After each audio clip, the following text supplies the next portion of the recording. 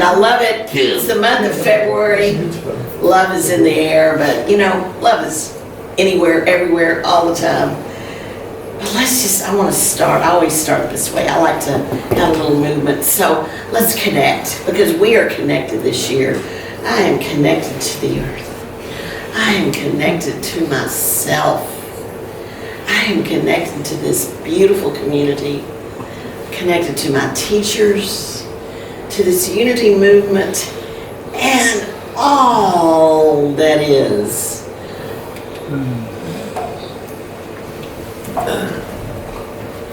So let us say our statement of being together. There is only one presence and one power active in my life and in the universe. God, the good, the omnipotent. Our daily word today is well-being. Well, it's healing in the little daily word booklet, but I liked this thought from Paul. Well-being. My faith is key to my well-being. We remember that we are fully human and fully divine, and I feel my body's quickening response as I faithfully put a demand on and claim my innate power of life. We'll be talking about that today. That vibration, that vibrancy. Life is vibrantly active in each and every cell in my body.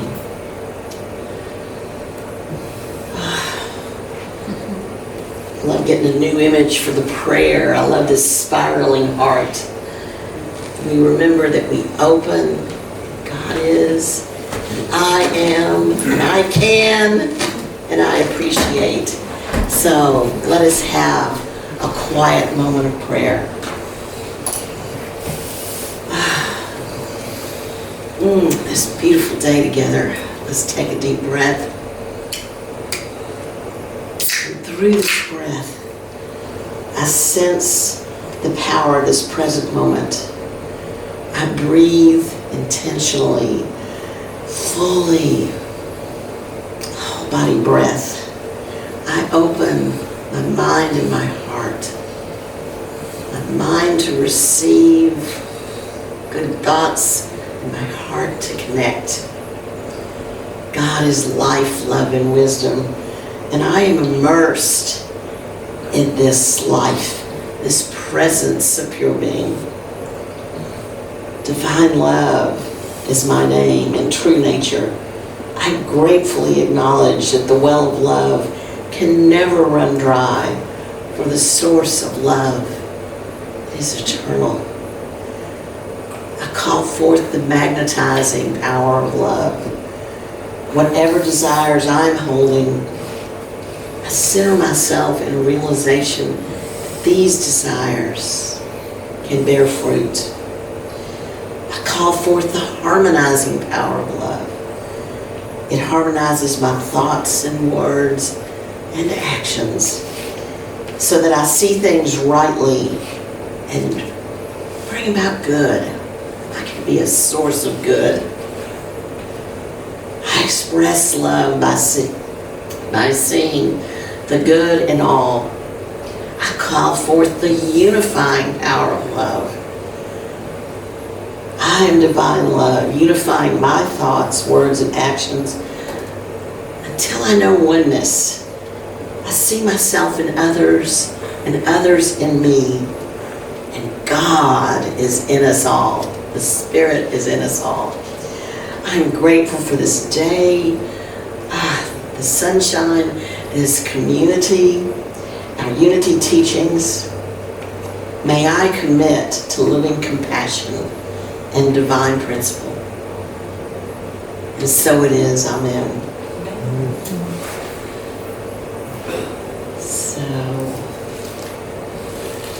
So I wanted a little upbeat song for this morning for the sunshine. I might close with something a little softer, but I thought this would be fun.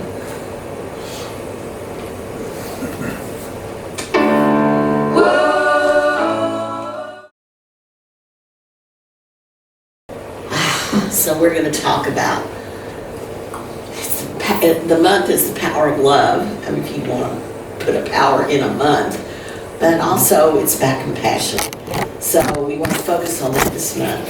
We want to talk about living compassion. And not only that, living compassion beautifully. So, I'm going to do this in 2 parts, because guess what? I started looking up things and reading and doing it. I went, oh, I can't do this in one lesson. So I have to come back next time. But let's talk first about the power of love. Did you notice in the prayer, I talked about love as the magnetic desire, harmony, and unity. And Charles Fillmore, our founder, said, God is not loving, God is love. The great heart of the universe and of humanity from which forth is drawn all feeling, sympathy, emotion, and all that goes to make up the joys of existence. So we know that love is a power, a principle. It's a divine idea that is our ability to desire and have affinity for anything, and through this harmonize our consciousness. Ooh, a consciousness of harmony. That feels kind of good. So, now the good news about this principle is that love, that great magnet, is what pulls me to every circumstance, good and bad. You know, because I am there. Situations are not being sent to me by any other source. As love, I go into all circumstances and I attract myself in the details of my life for love. The light of love wants me to shine, just like this beautiful day, to heal and to transform and to unify and to harmonize. All of that. So, there's a little booklet that Unity put out about 3 years ago about compassion. And in it, Reverend Margaret Flick said, compassion is love in action. I like that. Love in action. You see, we're about that in Unity. We're about that action. Compassion cannot exist without recognizing our connection to all living things. Oh, and we've been talking about connection this year. You're going to hear me come back to that many times. Connection allows us to see with that compassionate eye. Connection. That desire to connect. If that's your first intention, it's just going to happen, believe it or not. Although we're going to talk about it's not always easy. I'll get to that. Now in Unity, we practice heart-centered metaphysics. We explore divine principles and laws, and through that understanding and compassionate application of heart-centered metaphysics, we raise our consciousness, and at the same time, we contribute to the world. We raise the consciousness of the world. I believe that when we come together, like even now, this isn't a huge group, but this changes things. I really believe it. It sends out a good vibration. This new level of awareness is our best tool for creating that loving, fulfilling lives that we want in a peaceful world. So, and when we open up like that, we experience the world differently. It kind of works both ways, like give and receive. Now, Jesus was a role model for compassion. He had legendary compassion. And he was always aware of the needs and feelings of strangers. I'm sorry, today our camera's not working and I keep forgetting that if I turn, I'm trying to figure out about turning to both of you all. So forgive me for that. But anyway, he was about easing and comforting and healing. He didn't turn away from anybody. Not the social outcasts, not the sinners, nobody. Jesus welcomed it all. He healed and shared meals with them. His compassion fed a multitude, restored wine at a wedding. Jesus wept when Lazarus died, even when his disciples deserted him as he was crucified. He had forgiveness in his heart. Now, the picture, do y'all know this Bible story? Do you know who that is up in that tree? Do you remember? Zacchaeus. Zacchaeus was a sinner, and he was kind of a short little man. He was a tax collector. And you know about tax collectors, we're coming up on taxes. And people didn't like him, but he wanted to see this Jesus. And so he climbed up in a tree to get a good view. And Jesus said, "What are you doing up there?" And he said, "Well, I just wanted to see you." And Jesus said, "Well, hurry down, Zacchaeus, because I'm going to stay in your house today. I'm going to stay in your house." Now the people, they grumbled. "What are you doing, Jesus? He's a sinner." However, Zacchaeus promised to give half his belongings to the poor and pay back 4 times as much as anyone he had cheated. Jesus concluded by saying, "The Son of Man came to seek and to save the lost." To remember that. Jesus always had that compassion. And I like this story. There was a million, suffer the little children, let them come unto me. Nicodemus he talked to. It's legendary. But I want to come to a little bit more modern time. Now this is my teacher, Robert Gonzalez. And I participated, this is in nonviolent communication, and I participated in a program 2017 through 2019. It's called the LIFE program, and it was in Portland, Oregon. But Robert was an incredible teacher. And what? Thank you. Thanks, Travis. Keep it honest, sir. Sorry, guys. Zoomers, I love you. I'm coming here for you. I just get going, But anyway. So, Robert, unfortunately, got esophageal cancer and died a couple of years ago. But he left us with some wonderful teachings. One of his books is The Reflection on Living Compassion. That was his early book. This is just dog-eared, and I've read this so many times.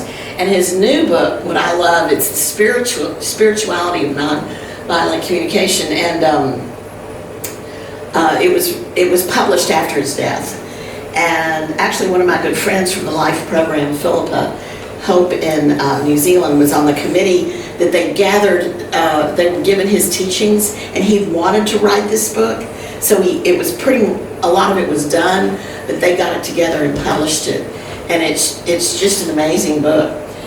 It's so amazing to me because these are pictures from Portland, and it doesn't do anything justice. But we would meet in this little octagonal room with glass windows, and the setting for our meetings was in a Methodist retreat.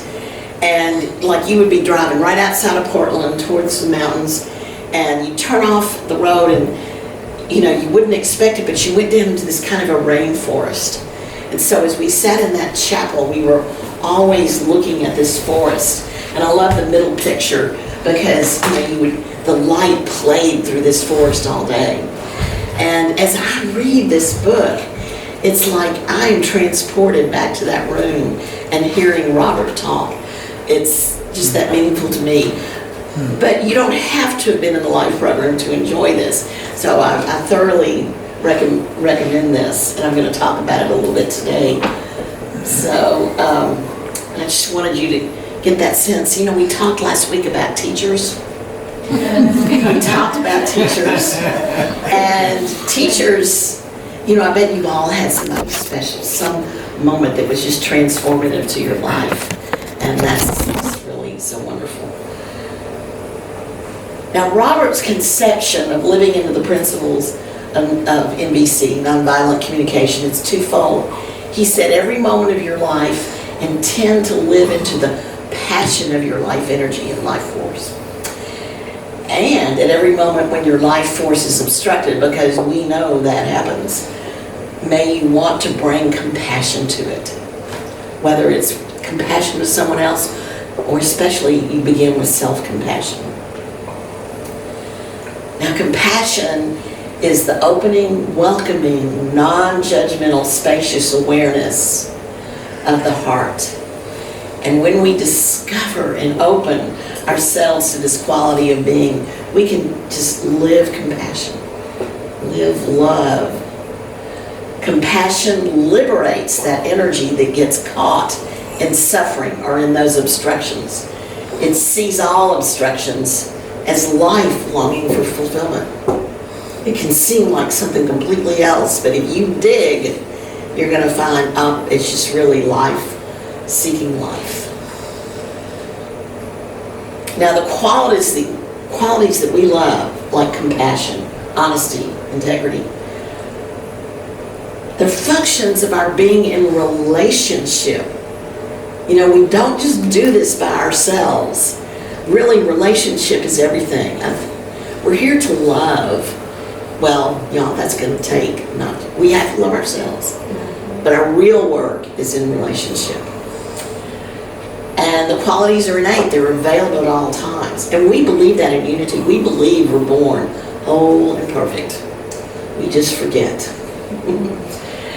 So whenever there's kindness or understanding, or whenever there's compassion, whenever there's that deep, equal mattering, mutuality, the divine is present. And what I've named, Robert didn't say this, but I call them divine, we call them in Unity divine ideas. And whenever those qualities are present, the divine is present. But we know we're fully human and fully divine. We've got it. We've got it. So I wanted to talk about his, a little diagram here. This was in his book. And in NVC, we talk a lot about needs, universal needs. And when I say the word needs, a lot of people go straight to, Maslow's hierarchy of needs. And of course that starts with survival and goes on up. But really it has a little bit different meaning in NVC. And it's the thing that turned it around for me with NVC. So Robert calls this diagram, he wanted to somehow illustrate the process of unfolding ourselves. So we start, and then I added this, he didn't have this, but at the top, at our essential self, fully divine, and you're going to see there's another drawing under here. When we're fully human, we're into kind of like often our survival needs, our lower self. But he didn't really mean this to be a hierarchy, so I'm going to try to explain it the way that he said. Our essence unfolds and reveals the qualities of our being, and really they're already present. As I said, we are whole and perfect. We really have those qualities already there. We've just got to start expressing and manifesting. They reveal themselves as the longings of the heart, and then we refer to these longings of the heart as needs or values. So let's take the idea of love and compassion. We're really naturally loving and compassionate. You think about some people and you go, oh, not them. But no. Well, okay, y'all know I've got a new granddaughter.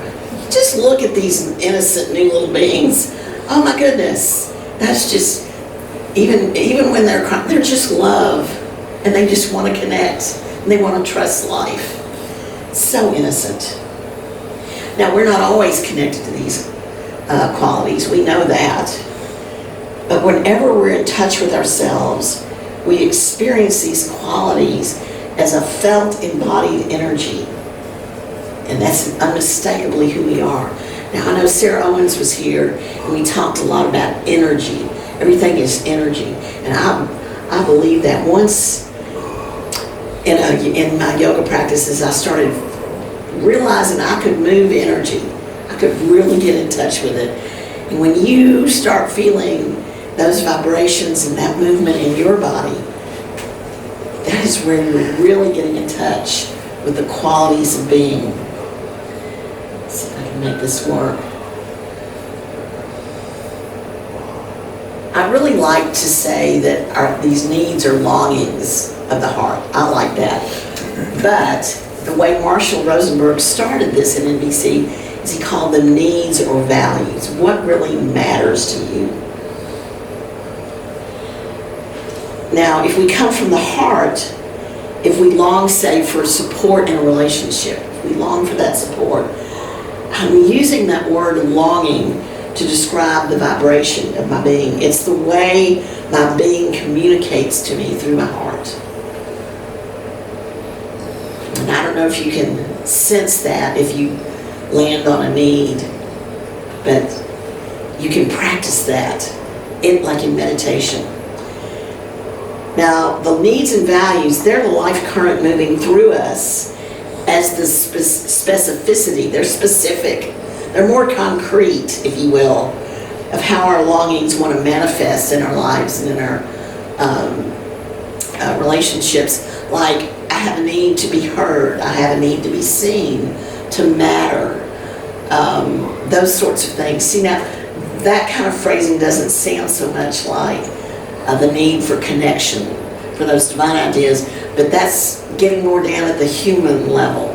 In relationship, I want mutuality, I want connection, but I want to be seen and heard. I want to be respected, I want consideration.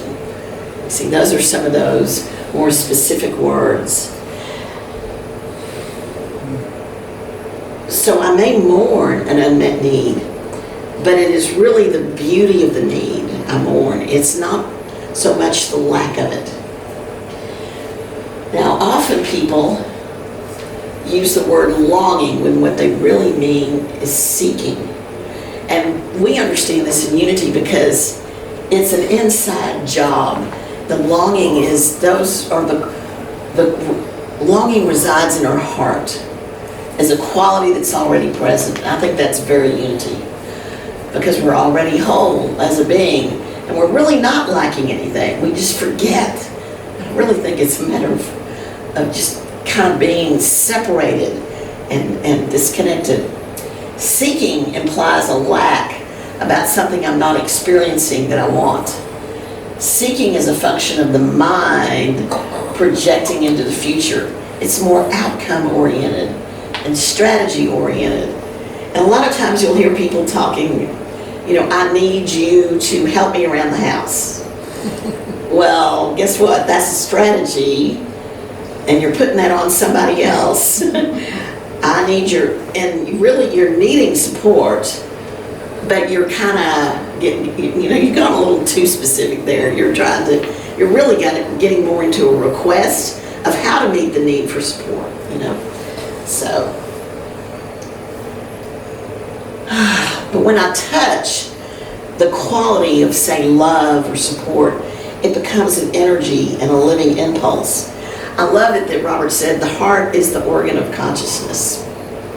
I never thought about that. The heart is the organ of consciousness.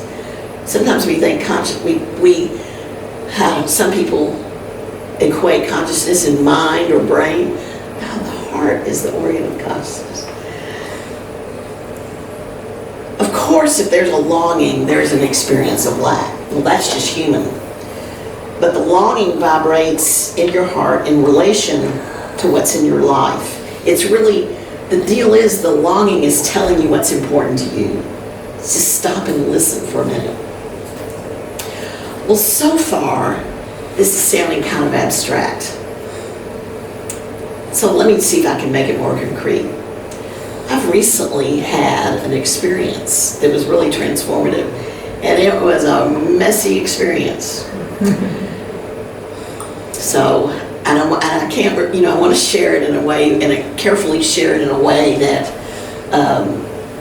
respects privacy and all. So, let me begin by saying, well, it came out of a group, and we were on a Zoom call, and at the end of the call, I told somebody my travel plans because they'd been wanting to know this information. Well, inadvertently, this indicated to another person that they were left out. I had no idea. I had no idea the details, what was going in. I had no idea. And the next day, this person called and said, I just wanted to check something out with you. Oh my goodness. Well, that was the beginning of it. And I was surprised because we'd had a great call, great Zoom call. And I went, well, I had no idea. Had no idea. Now, What do you think happens when something like that happens to you? I can tell you what I did. Went into defensive mode right quick. Well, I didn't know. And then, well, guess what? So this person posted on a WhatsApp chat. And guess what? I immediately was getting phone calls. And everybody that called was in defensive mode. And they wanted to get it straightened out. They said, well, Jeannie, you respond to this. You were the one that revealed your travel plans. And I went, oh, okay. And boy, we carefully crafted a statement. And you know, in NBC, we start with observations. You know, just the facts, ma'am. So I carefully crafted a statement, posted it. It was a good explanation. But y'all, what it really was cover my ass justification. And it really was. And other people had participated in this statement too, you know. Cover my ass, yep. I'm okay, you're not. Well, anyway, you know, for the moment, I was sort of satisfied with my writing. For the moment. And then I felt grimy within about an hour. Grimy. I even looked that word up. Grimy. Covered in grime. Look it up. It really is. It is a thing. I just didn't feel good. I was out of alignment. Because I was out of alignment with those qualities that I value. With authenticity. With connection. With compassion. And that is one of the problems, I'm going to admit, with NBC. In NBC, we have a process. Observation, feelings, needs, and requests. And when it's done right, it's beautiful. It can change, it can shift people. But y'all, it can be played as a game too. And observation from the mind, observation without empathy, that is not compassionate. So that night, actually I was kind of preparing for another talk last week in Unity, and when I'm preparing for these talks, I'm really getting in a meditative space, in a prayerful space. And so at that time, so there I was, and I said, I have got to do something about this.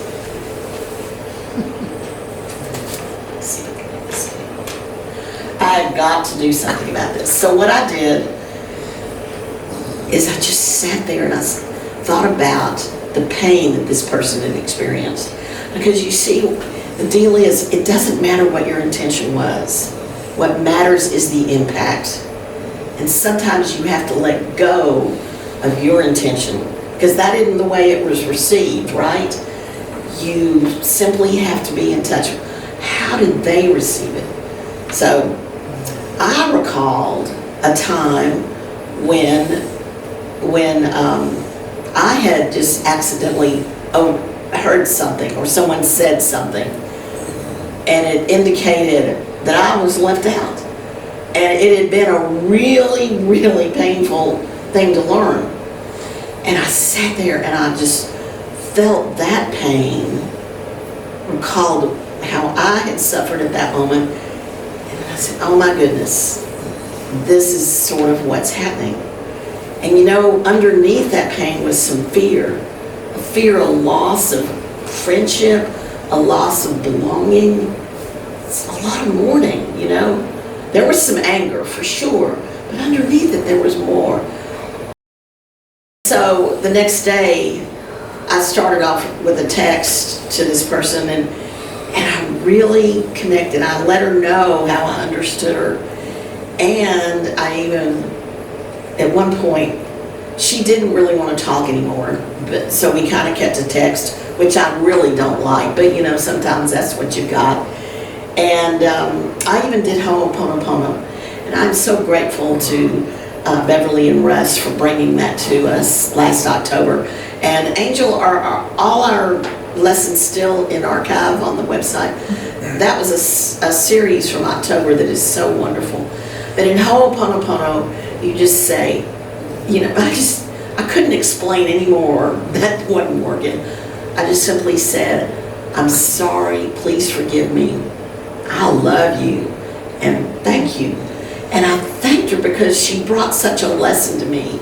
It was a lesson in compassion, and it even let me go back and revisit another time that I had that I looked at from a whole nother perspective. There was a lot of healing in it for me even. So I said those words to her, and she wrote back that she was touched even. She said she felt heard is what it was. She felt understood. Now, is the story over? Oh no. Because now everybody else is in anger. Everybody else is, bam, I'm locked into my position of what I think, including the person that got hurt in the beginning. And I don't know how that's going to work out. I've been that's still a work in progress. But you know what? Until they go beyond the field of right and wrong, this just isn't going to be resolved. And it can be very sad. But I have faith that it can, because I know the bond that this group has had. We've been out to Sedona together and hiked together. We were in this life program together. So I'm just going to hold the space for it.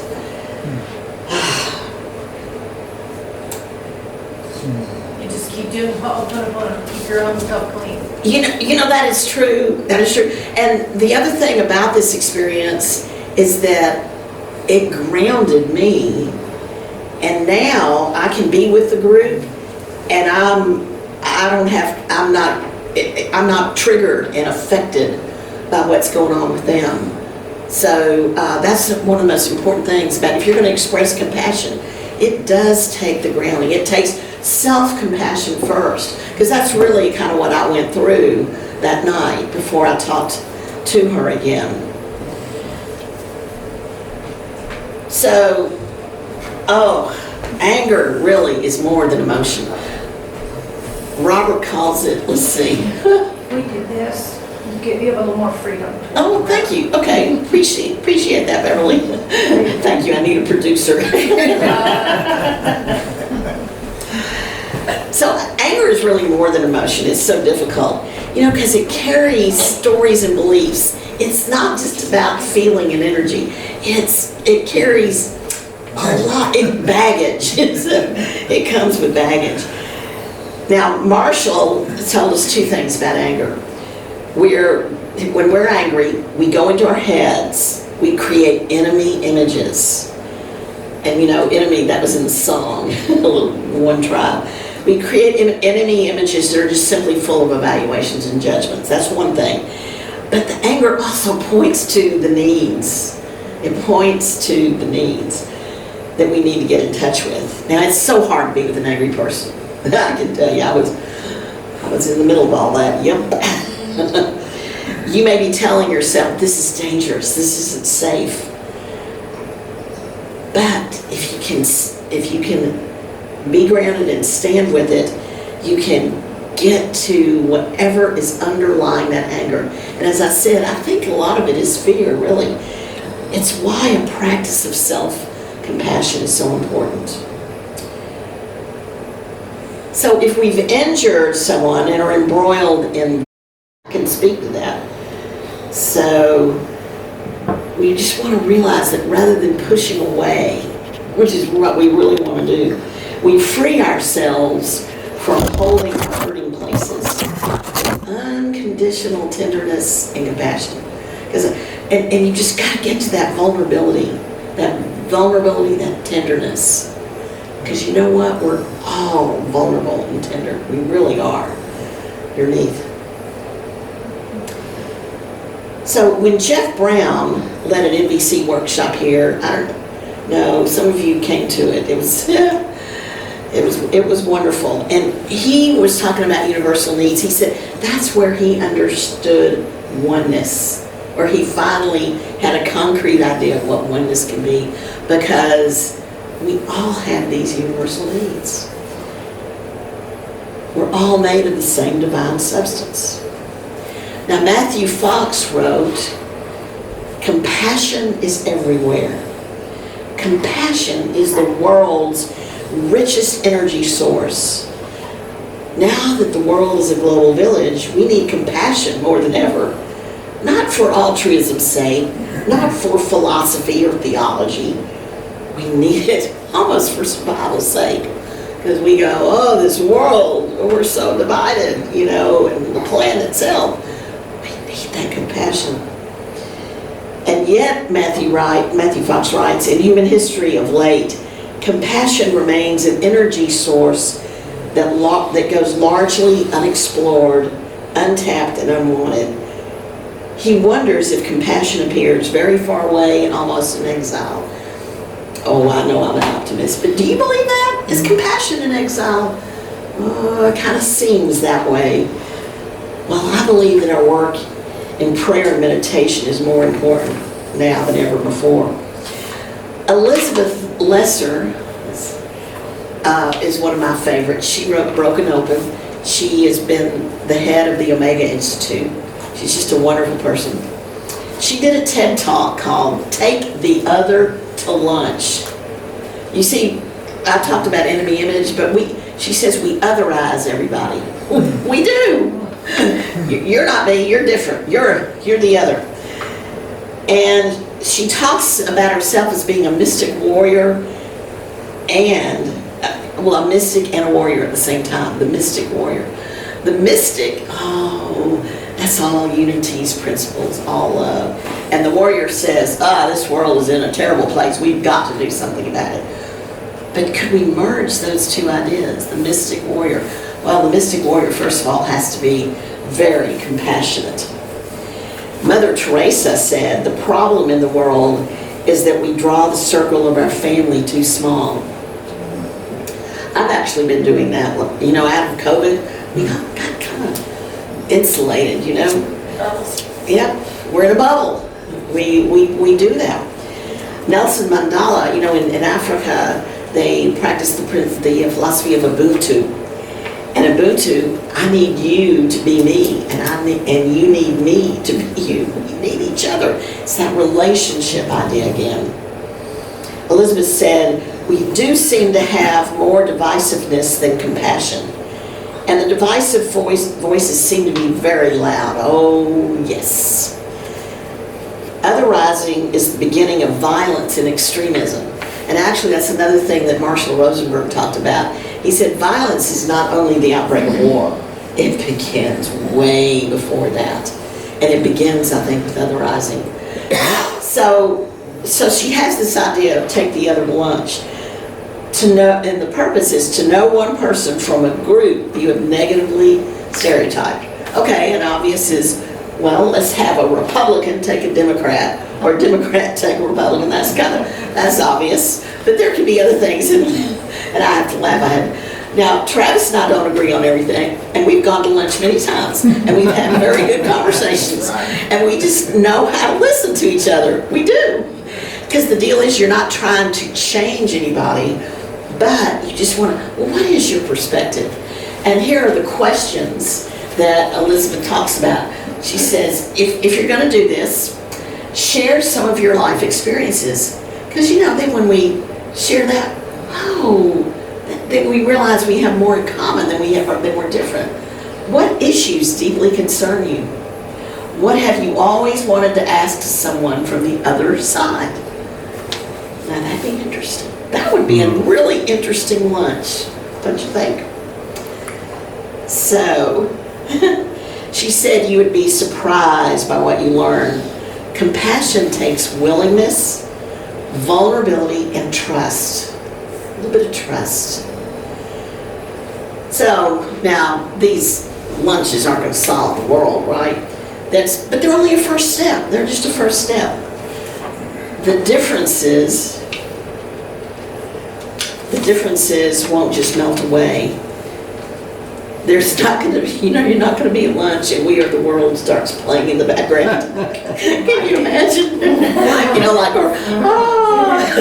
The angels. We have to drop the pretense of knowing it all and being right. We have to reach across that table to each other. And she ended her talk with the Rumi quote about going beyond the field of right and wrong. So now before the lunches, that's our individual work. That's the prayer and meditation. I'm telling you, as I was writing this, I kept thinking of all the 5 principles of unity. God is, I am, I create, I pray and meditate, and I act. That's totally reminded me of that. Richard Rohr says, much of the early work of meditation is discovering a way to observe ourselves from a compassionate and non-judgmental distance until we can eventually live more and more of our lives from this calm inner awareness and acceptance. You see, that's our really first practice, I believe. Actually, what is happening is we are letting God gaze on us. Okay, now that would be a Richard Rohr thing to say, not so much unity, but I kind of like the sound of it. Let God gaze on us in the way only God can gaze, with infinite mercy, love, and compassion. See, we live in that. We live in that. I think God is everywhere present.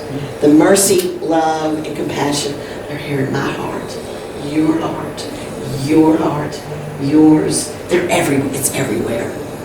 It's everywhere present. So let's take that into meditation. I'm going to start the meditation with Richard, just a real quiet meditation, then I'll bring it in. Let's see, here we go.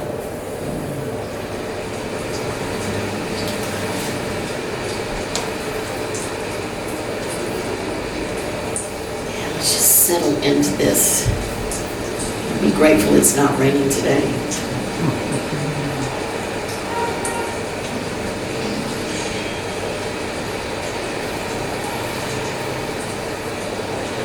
I breathe, I watch.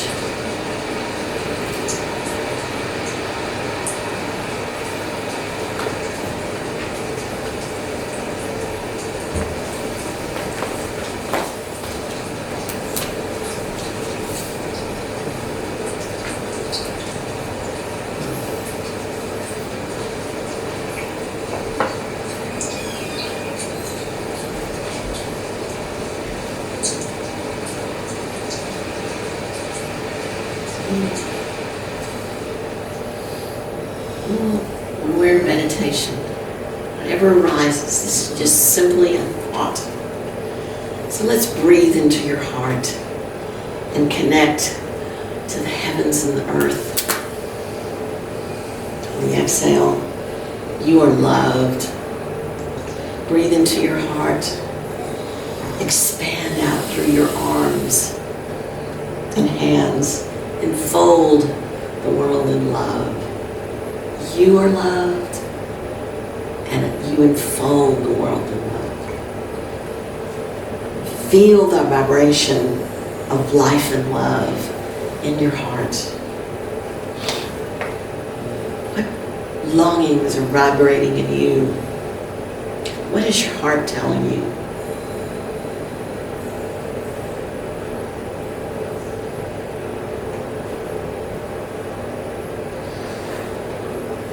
In this time of peaceful contemplation, immerse yourself in unconditional love, the love that joins our human family together. Let's manifest using that power of love. Feel that vibration.